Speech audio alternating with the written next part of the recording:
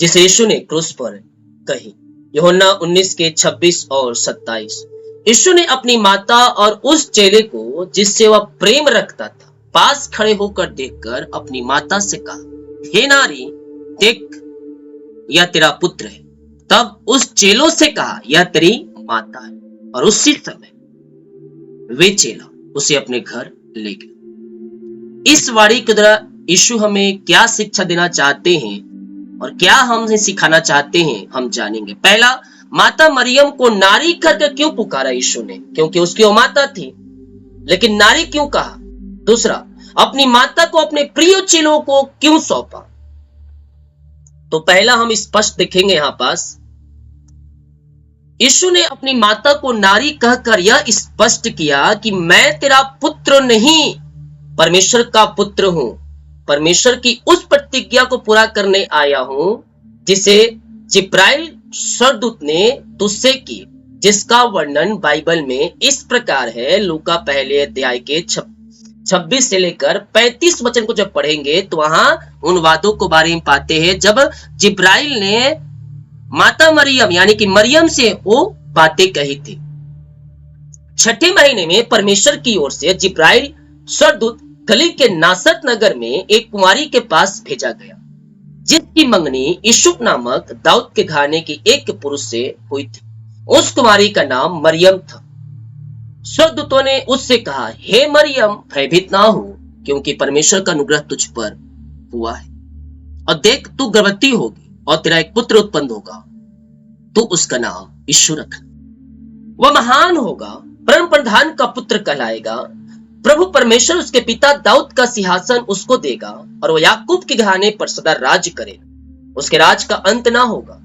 मरियम ने स्वर्गदूतों से कहा, यह क्यों होगा? मैं तो पुरुष को जानती ही नहीं। स्वर्गदूतों ने उसको उत्तर दिया कि पवित्र आत्मा तुझ पर उतरेगा और परम प्रधान की सामर्थ तुझ पर छाया करेगी, इसीलिए वह पवित्र जो उत्पन्न होने वाला है परमेश्वर का पुत्र कहलाएगा। इसीलिए यीशु ने अंतिम क्षणों पे माता मरियम को नारी कहकर पुकारा, क्योंकि वह परमेश्वर का पुत्र था जो इस पृथ्वी पर वादे को पूरा करने के लिए आया था। इससे स्पष्ट होता है यीशु कुंवारी मरियम का पुत्र नहीं, परमेश्वर का पुत्र है। इसलिए यीशु ने मरियम को नारी कह के संबोधित किया। जिब्राइल स्वर्गदूतों ने मरियम के मंगेतर यूसुफ से भी यही बातें की।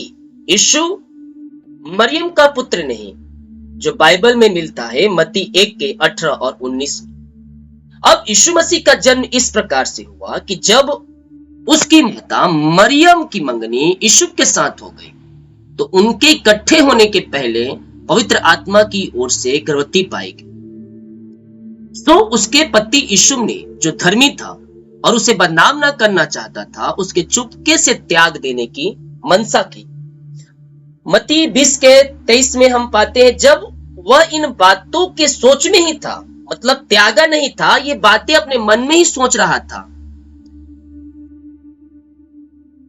तो प्रभु का स्वर्गदूत उसके स्वप्न में दिखाई दे कहा, हे यूसुफ दाऊद की संतान, तू अपनी पत्नी मरियम को अपने यहां लाने से मत डर, क्योंकि जो उसके गर्भ में है वह पवित्र आत्मा की ओर से है। वह पुत्र जनेगी, उसका तू नाम यीशु रखना, क्योंकि वह अपने लोगों का उनके पापों से उद्धार करेगा। यह सब कुछ इसलिए हुआ कि जो वचन प्रभु ने भविष्यवक्ताओं की तरह कहा था वह पूरा हो। देख, एक कुंवारी गर्भवती होगी, एक पुत्र जनेगी, उसका नाम इम्मानुएल रखा जाएगा, जिसका अर्थ है परमेश्वर हमारे साथ। उपरोक्त वचन से स्पष्ट होता है कि यीशु मरियम का पुत्र नहीं, परमेश्वर का पुत्र है, परंतु देहधारी के लिए कुंवारी मरियम को चुना। वचन से यह स्पष्ट होता है, जैसा लिखा है, वह अपने लोगों का उनके पापों से उद्धार करेगा। यीशु ने स्वयं परमेश्वर होकर इस जगत में हम मनुष्यों को हमारे पापों से उद्धार देने आए। परमेश्वर ने इस जगत में जन्म लेने के लिए मरियम को ही क्यों चुना? सवाल ये आता होगा, क्योंकि बहुत सी स्त्रियां थी, फिर उसने मरियम को ही क्यों चुना? तो हम ये पाते हैं, जबकि बहुत सी कुंवारियां इस संसार में थी। क्या आप जानते हैं पूरे संसार में परमेश्वर ने इस्राएली जाति की यहूदी गोत्र कुंवारियों को क्यों चुना? बाइबल इस बात को प्रकट करती है कि पूरे संसार में इजरायली जाति को परमेश्वर ने चुना। बाइबल बताती है इजरायली जाति मिस्र में परदेश होकर रह रहे थे और मिस्र के राजा अपने कर्मचारियों के द्वारा इजरायलियों बहुत अधिक काम के बोझ दबा रहता था। ये बहुत दुख और मुसीबत को झेल रहे थे और राजा उन पर मुसीबत बढ़ाता चला जा रहा था। तब वे स्वर्ग के परमेश्वर को पुकार उठे, हे परमेश्वर, हमें मिस्र की गुलामी से आजाद कर। उनकी पीड़ा बहुत अधिक होने के कारण वे परमेश्वर से गिरा गिरा कर विनती करने लगे। तब परमेश्वर ने उनकी विनती सुनी, अपने सेवक मूसा को भेज उन्हें मिस्र की गुलामी से आजाद किया। हालेलुया। जब इजरायली मिस्र से निकले तब परमेश्वर इजरायलियों के आगे आगे आग और बादल के खंभे के रूप में चलता था। इजरायली परमेश्वर के पीछे चलते थे। तब परमेश्वर ने अपने सेवक मूसा के द्वारा मिस्र की गुलामी से आजाद किया। तब इजरायली उद्धार के भूखे और प्यासे हो परमेश्वर के पीछे चल रहे थे। वे सज्जा की पीड़ा के साथ परमेश्वर की आज्ञा का पालन करते पीछे पीछे चल रहे थे। तब उन्हें उद्धार देने के लिए परमेश्वर ने इजराइल के यहूदा गोत्र से कुंवारी मरियम को चुना परमेश्वर के पुत्र जनने की। जब शैतान ने देखा कि इजरायली परमेश्वर के पीछे चल रहे हैं और उसकी आज्ञा पालन कर रहे हैं तो उसने 1/3 को पाप में गिरा कर नाश कर दिया, जो शैतान का काम है, ताकि वे परमेश्वर से उद्धार पास स्वर्ग में जाने ना पाए।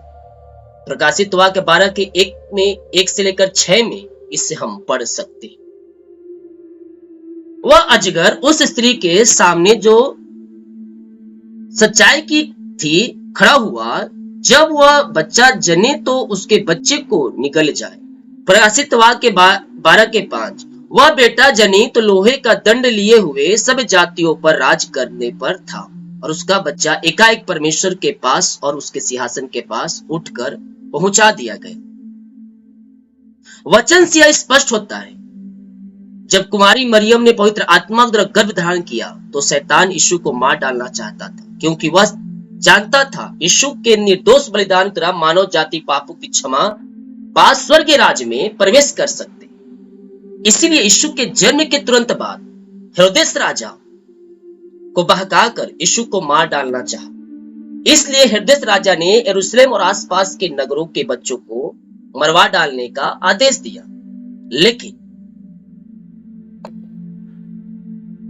परमेश्वर ने यीशु की रक्षा की। यीशु के बड़े होने के बाद भी शैतान शास्त्री फरीसी यहूदी को बहकाकर मार डालने के लिए उपाय खोजता रहा। अंत में यीशु को रोमी सरकार द्वारा पकड़वाकर बहुत अपमानित करवाया, 39 कोड़े लगवाया, भारी क्रूस उठाकर चलवाया, क्रूस पर किलो से ठुकवा दिया, ताकि भारी यातना में यीशु के द्वारा कोई अब शब्द निकले और पाप गिना जाए। लेकिन यीशु ने एक भी अशब्द अपने मुंह से ना निकाला और निर्दोष सब कुछ सहता रहा। उसके सिर पर कांटों का मुकुट रखा गया, फिर भी यीशु को कुछ न कहा। फिर भी यीशु ने कुछ न कहा। प्रियो, बाइबल बताती है रोमियो 5:12 में, इसलिए जैसा एक मनुष्य के द्वारा पाप जगत में आया और पाप के द्वारा मृत्यु आई, इस रीति से मृत्यु सब मनुष्यों में फैल गई, इसलिए कि सब ने पाप किया। प्रियो, पाप के कारण मनुष्यों में मृत्यु आई। पहला शारीरिक मृत्यु, दूसरा आत्मिक मृत्यु, नरक का दंड। लेकिन यीशु ने एक भी पाप ना किया जिसके कारण यीशु को मृत्यु ना आती। अतः यीशु ने प्राण को परमेश्वर पिता के हाथों में सौंप दिया। अतः शैतान यीशु की कुछ भी हानि ना कर सका। तीसरे दिन यीशु जीवित होकर 40 दिन अपने चेलों से बातचीत की, फिर स्वर्ग पर सबके देखते देखते चढ़ गए। यीशु ने आज भी जीवित है। यीशु हमारे पापों को प्रायश्चित हेतु क्रूस पर निर्दोष बलिदान हो, ताकि हमें पापों से उद्धार मिले और हम अनंत जीवन, स्वर्गीय जीवन को पा सके। प्रियो, यह वाणी, यह शिक्षा मिलती है कि हमें उद्धार की भूख और प्यास का होना जरूरी है, तभी हम परमेश्वर की आज्ञा का पालन कर सकते हैं। दूसरा, यीशु ने अपने माता से कहा, देख यह तेरा पुत्र है। तब यीशु ने चेलों से कहा, यह तेरी माता है, और उसी समय से वह चेला उसे अपने घर ले गया। प्रियो, यीशु भारी दुख और पीड़ा के बाद भी अपने पुत्र होने का फर्ज निभाया। वैसा ही हम भी अपने बुजुर्ग माता पिता प्रति पुत्र पुत्री होने के फर्ज को निभाना चाहिए। प्रियो, इस वाणी से मुख्य शिक्षा मिलती है, यदि हम स्वर्ग जाना चाहते हैं तो पापों से उद्धार की भूख और प्यास के साथ यीशु के पास आएं। जैसा परमेश्वर का वचन कहता है, योएल 2:12 और 13, तो भी यहोवा की यह वाणी है, अभी भी सुनो, उपवास के साथ रोटते पीटते अपने पूरे मन से फिर कर मेरे पास आओ, अपने वस्त्र नहीं अपने मन के हुई कि फाड़ कर अपने परमेश्वर यहोवा की ओर फिरो, क्योंकि वह अनुग्रह दयालु विलंब से क्रोध करने वाला करुणा निधान और दुख देखकर पछताते रहता है। हालेलुया। प्रियो, परमेश्वर लौट आने का इंतजार कर रहा है। वह नहीं चाहता है कोई नाश हो। परमेश्वर आपको सच्चा प्रस्तापी मन दे, परमेश्वर के भय में चलने की आत्मा दे, और परमेश्वर की दया आप सबों पर इस लोक में परलोक में भी सदा बनी रहे। आमीन। परमेश्वर इन वचनों के द्वारा हम सबको बहुतायत से आशीष दे, स्वर्गीय राज के लिए चुने। आमीन। यदि आप इस वचन ने से आशीष पाया है तो अवश्य लाइक कर अपने मित्रों को शेयर करें, व्हाट्सएप ग्रुप फेसबुक शेयर करें, और आने वाले और वाणी को इंतजार करें। चौथी वाणी के द्वारा आशीष आप पाएंगे निश्चित तौर। हालेलुया। वीडियो को शेयर करें ताकि और लोग यीशु मसीह को जान सके। अधिक जानकारी के लिए हमारे वेबसाइट पर आप आ सकते हैं, जहां भिन्न प्रकार के आपको संदेश यहाँ देखने को मिलेंगे। हालेलुया। सभी को जय मसीह की। God bless you all. आमीन।